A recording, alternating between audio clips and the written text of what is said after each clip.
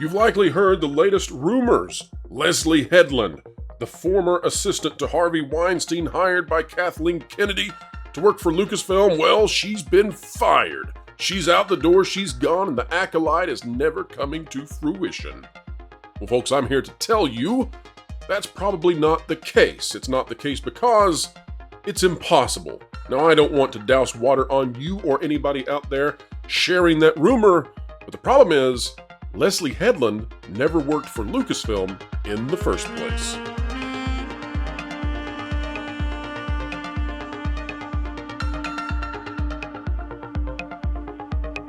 All right, folks, welcome back to another fantastic video here on the WDW Pro channel.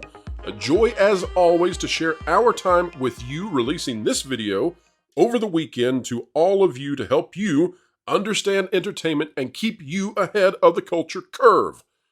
We enjoy bringing you rumors and speculation, but we also try to be as right and truthful as we possibly can be.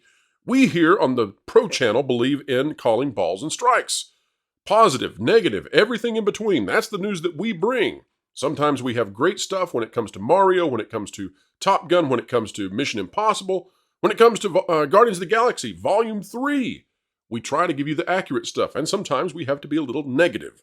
That's the case when it comes to Lucasfilm and Star Wars and Indiana Jones and much of Disney. And it's not just us that is saying this sort of thing. Look at the stock price for Disney. Although I'm not giving you financial advice of any kind, it's hard to ignore that clearly the world has turned on Disney. Now, Disney probably brought that upon themselves. But part of being truthful is that when rumors reach our doors that simply don't make sense, well, we have to address that, and it's difficult to do so. We did this, though, on the Pro Show. We sat down this past Thursday and we chatted about Leslye Headland and the fact that she has never been an employee of Lucasfilm. Never. She is contracted, and essentially her work is already done. This latest rumor about her being fired, then, doesn't make a lot of sense. It's sort of like if you said that Joe Biden is no longer the King of England. That wouldn't make sense to us either. And it's not that we want to poo-poo on anyone's parade, but listen in as we dissect exactly what this rumor is, what it means, where it comes from, and what we think about it. So, folks, there have been some rumors about the Acolyte. You've heard them. You've seen them. Things have heated up. There's been drama out there, but we're not going to do drama in here. We are simply going to show you what is actually up. So here's what we're going to do to put these rumors to the Betty by. We're going to go to imdb.com, and we're going to take a look at the full cast and crew associated with the Acolyte. Hang with me, folks. Here we go. We have Leslye Headland, Daphne Keane, Amanda Sternberg. Okay, we got all that. Okay, let's go to the producers. We've got Leslie, Charmaine, Jason, Damien. Okay, got that. Cinematography, Chris, James. Series editing, Mika. Okay, that's good. Series art direction, Todd, Will, Thomas, Kate, Chris, James. These people don't matter. Let's go to makeup. John, Jeremy, Franklin, Jasmine. Production, we've got Scott. Wait a minute. There are a lot of people here. Holy cow! These are the number of people. 300 liars. They're all lying because the show's not real. These are 300 dirty liars. They all say that they did 8 or 7 episodes. What is going on with this giant, massive conspiracy? 8 episodes of how do you do 8 sizzle reels? Guys, it's easy. Look at the Rotten Tomatoes. This is called cast bombing. What you do is you go to IDMB and other sites and you just spam them with fake cast members. Oh, I am debunked. Some people have too much time on their hands, right? I will say that one of the names that's on here for at least 7 episodes is Adelaide Waldrop. Was that the intimacy coordinator? Yes. Which would indicate that this show either has only 7 episodes or and she's just happens to be in there for the whole series. That's unlikely. Or as we see, some are 8 episodes. No. Jonas, the first episode, it's just foreplay. The other 7 episodes have the real stuff where Adelaide had to be there. No, that's not true. The last 2 episodes are apologies. I'm sorry. This never happened to me before. All right. So question here, though. Let's turn this over. Jonas and Valiant, you guys have done some research into this. How many people are on the official documents that are used for the tax filings with the United Kingdom? Like, how many people would have to be involved if this is not actually a real show? I mean, well, as far as you talk about the actual listed officers and non-executive, who are all throughout the Walt Disney got Company. 6 or 7 people listed on there. I mean, you've got people that are, well, first of all, I mean, you've got people like Carlos Gomez, who is Disney's treasurer, who is listed on the California documents. You've got representatives of Lucasfilm, Rhonda Hjort, who's on the UK and the US documents. Yep, there's 5 on the UK side. Yep. Yeah, you've got Miss, I would say her last name, but I don't have it in front of me, Mr. Gavazzi, who is from the legal offices of the Walt Disney Company. All of these are C-suite people or, you know, executive Lucasfilm management. I just, this is one of those things that boggles my mind that we still have to talk about this, because I don't understand why that this has become like a big issue for folks out there, certain folks out there. Well, we had over 1,000 people vote on us talking about this for a minute, Valiant. So that's what we're doing here. Is no. I meant like people want us to talk about it, right? But why? My point is, all of the actual visible, factual data, the evidence that's out there everywhere, it's a real show, y'all. It started filming in November. They said we're going to film principal photography for about 6 months. And it's probably going to conclude mid-May or in May. And it did. It finished up just a few weeks before the writer's strike started, because that's what the schedule was. My point is, I don't understand why there are certain elements out there that seem to just want to continue down the road of it's a fake show or it's not real, or I don't know why this show is that big of a deal. It's a Star Wars show coming from Lucasfilm. It's probably going to be terrible. Just let it be terrible. Just let it come out and be terrible. I'll also point the theory out I've been working under is they might just toss it in the trash as a tax write-off. That's kind of unlikely at this point, considering how much money they've already sunk into it. And there's also another reason here. So let's talk about the other reason that I don't think many people have discussed yet on why this series is almost guaranteed to come out early next year, and then we'll all have the answer. But here's the thing: this has exited now photography. It's done. Yeah. It's a wrap. It's over. They have finished photography, and that means all they have to do is the post-production on it. Yep. Now, why does that matter? Well, we have a writer's strike, and the writer's strike means that all of these studios and companies have a severe lack of content, and they are desperate for any content that they can get. Bingo. In order to keep putting shows up. They have this, they're going to put it up. And the longer the writer's strike goes on, the more likely it is that they put this up, although it's already at like 99.9%. Now, and for those of you who are wondering, here it is. Here's evidence. It says right out of here, out of makingstarwars.net, Star Wars, the Acolyte has wrapped. Enters post-production amidst the strike. Okay? I mean, it's done. It's wrapped up. They're making this thing. Now, Leslye Headland has already been the director on this. She's already the director. She's already finished with the photography part of it.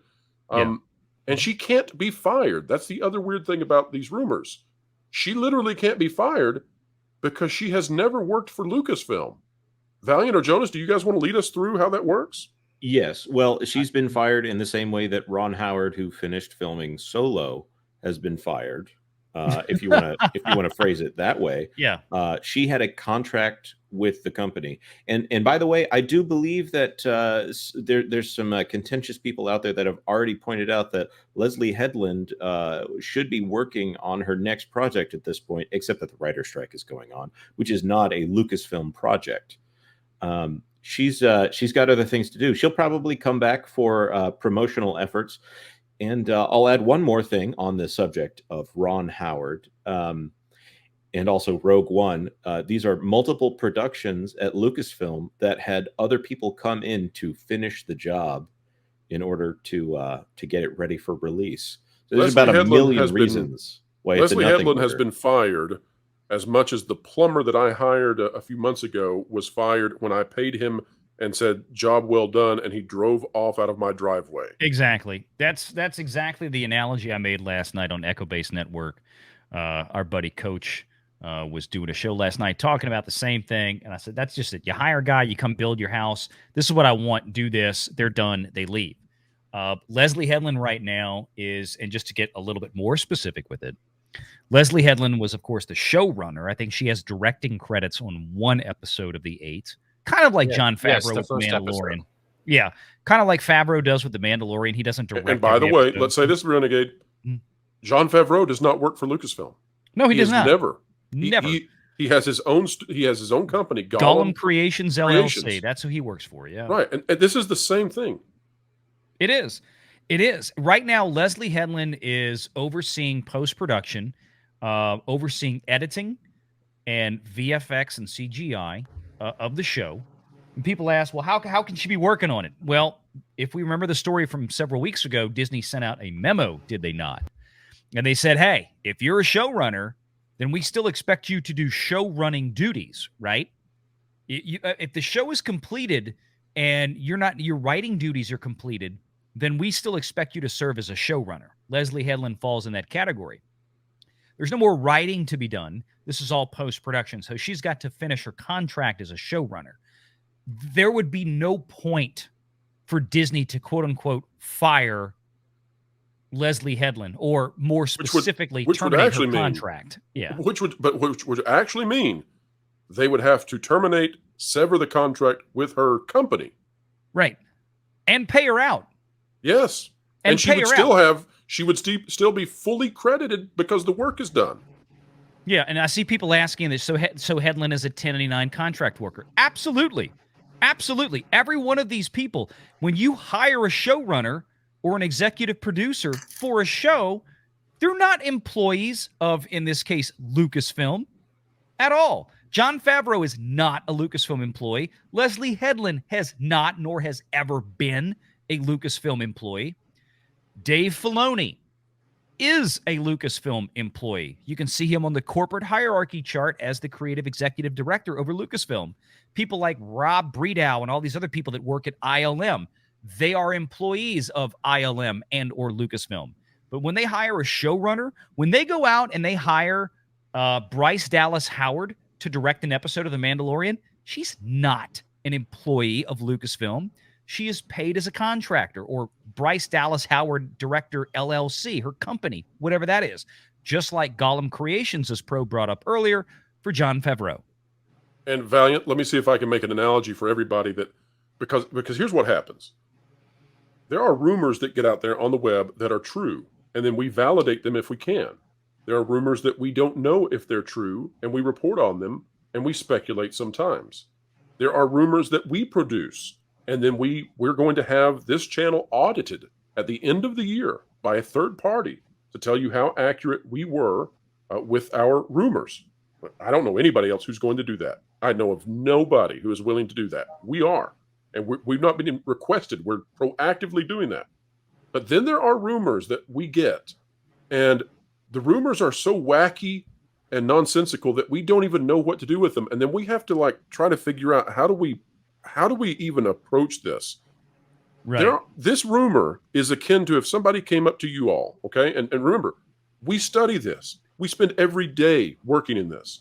We know, Valiant and I and Jonas and everybody else here knows that these individuals don't work for Lucasfilm. So it is as if we're sitting here and we get the news that, oh, by the way, Joe Biden is no longer the king of England. And we sit and go, what the heck? How do we even answer this rumor? What do we even make of this? She can't be fired.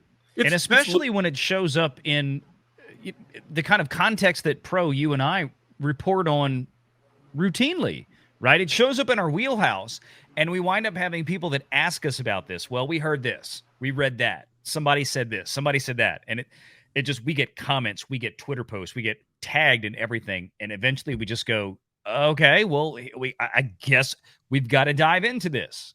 And that's just it. It's yes, and sometimes people get really angry when they get disagreed with. And on that subject, We do not. we all disagree with each other actually pretty frequently, and we No, will we don't. call each other. More so, I with you, hate Jonas. each other out. Campbell. Thank I you, mean, Steve. like totally. So I get it. Jerk producer. Investigate my middle finger. Yeah. Well, let me interject something that may be of consequence here, since we're talking about aspects of this.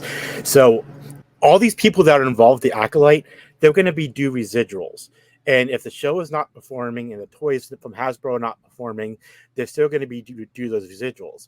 If they trash it and pay out the contracts, then there might be an argument to be seen that it's cheaper to just trash the show. I mean, post-production is still the most expensive part of the show. Mm-hmm. So the reason it's unlikely to be trashed is because they are so desperate for content due to the writer's strike. They have anything they have that they can possibly still get onto a streaming service or onto a big screen. They're going full bore on it because they have nothing. You mentioned, about the residuals issue. And yes, you're correct. Traditionally, that would be the case.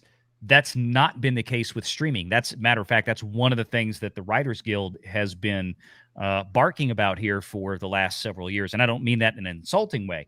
But I mean, places like Netflix and these streaming services, they don't want to pay residuals. They want to pay cash price here, do the job, get out the door, which I don't blame them because, and especially if you're a Disney Plus, where Disney Plus loses on average for the last 2 years about $1 billion per fiscal quarter. I mean, there's no money there to pay residuals. They've been using a credit card for everything. They're almost $13 billion in the hole collectively to this point. So when they hire a showrunner or they have a show for XYZ, what they've been trying to do is, no, you're going to get paid this. It's going on our proprietary streaming services. That's it.